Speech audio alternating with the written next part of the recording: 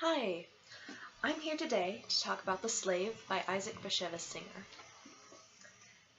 This book won a Nobel Prize for Literature about 60 years ago, and it's about a man named Jacob who's Jewish in 16th century Poland after his entire village has been massacred because of their Jewish religion and ethnicity.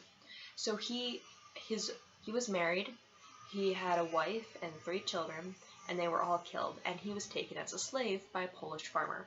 So he spends several years living on the mountainside, caring for these cows, and trying... Andy, don't...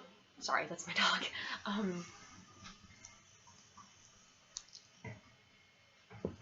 Andy, do you want to come down? No, don't sniff that. So he spends... Just ignore her. So he spends years working as a slave and trying to take care of taking care of these cows, all while trying to remain close to his religion and not fall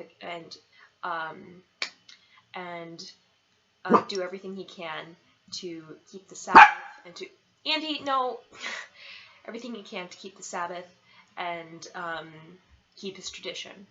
While he's there, he feels a lot of antagonism from the Polish pagans.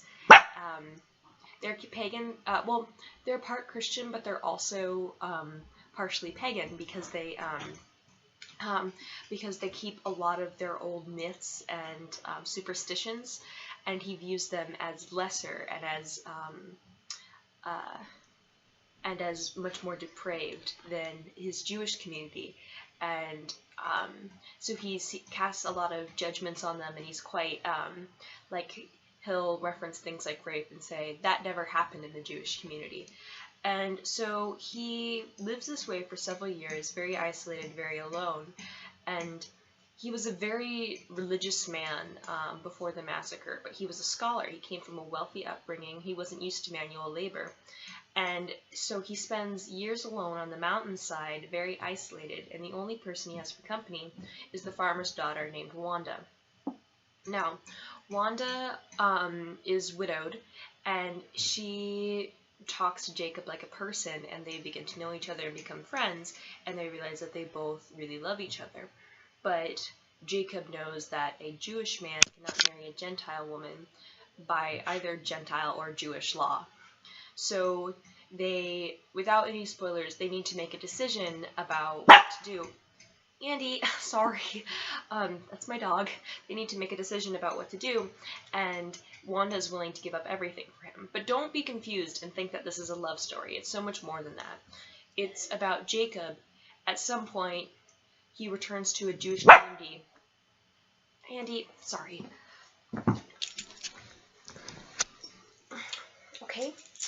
He returns to a Jewish community, and he realizes that can't eat chocolate. At some point, he realizes that that nostalgia and that longing for his homeland and for his people has given him these rose-tinted glasses. So he begins to question his faith, and he doesn't know which faith is the right faith. And it's a beautiful novel, and it's done really elegantly well.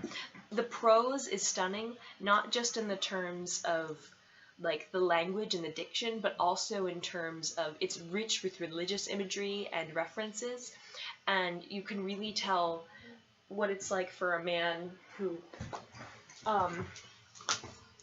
sorry, she was gonna eat chocolate.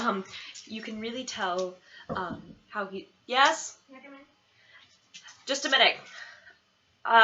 So you can really tell how he's struggling with what's the right faith. And so I just wanted to read one passage. Jacob had just turned 25 when the Cossacks had advanced on Jehoshaphat.